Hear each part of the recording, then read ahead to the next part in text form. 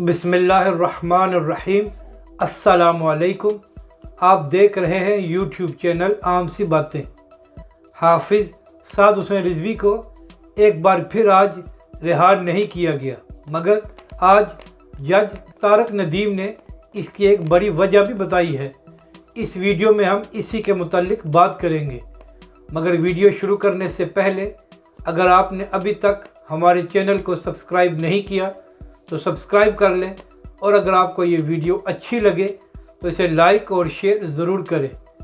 तहरीक लब्बैक के तमाम कारकुनान बड़े पुरजोश थे कि आज लाहौर हाई कोर्ट से हाफिज़ साद हुसैन रिजवी की रिहाई का परवाना आ जाएगा, मगर हमेशा की तरह एक बार फिर ऐसा नहीं हुआ। जज तारक नदीम ने यह फैसला दिया है कि इस केस को सिंगल बेंच नहीं सुन सकता, तो लिहाजा 17 अगस्त को इस केस की समाअत दोबारा लाहौर हाई कोर्ट में होगी और फिर आगे का फैसला किया जाएगा। यानी कि एक बार फिर साद हुसैन रिजवी की रिहाई को आगे कर दिया गया है और इस केस को मज़ीद लंबा किया जा रहा है।